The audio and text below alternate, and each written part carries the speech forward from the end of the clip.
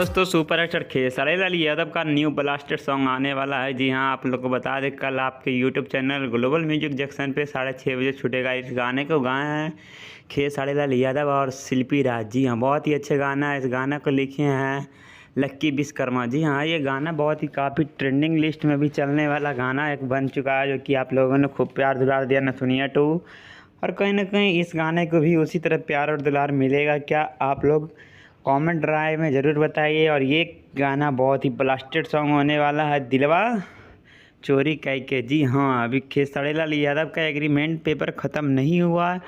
और इसी बीच बात करें कहीं ना कहीं नथुनिया 2 के बारे में, तो अभी काफ़ी वो ट्रेंडिंग लिस्ट में चल रहा है, 1 नंबर पे ट्रेंड कर रहा है वो ऑल इंडिया पर्पस में और अदर कंट्री में भी। और ये गाना बहुत ही ब्लास्टेड खेसारी लाल का हो गया इस साल का। जी हाँ दोस्तों, और कहीं ना कहीं ये गाना आप लोग को अच्छा लगा तो लाइक करिए। और जो जो इस गाना को नहीं सुने नथुनिया 2, एक बार ज़रूर जाकर सुनिए। आपके यूट्यूब चैनल सारेगामा हम भोजपुरिया पे मिलते हैं इसी तरह एक और वीडियो में। जब तक के लिए धन्यवाद। जय भोजपुरी, जय बिहार।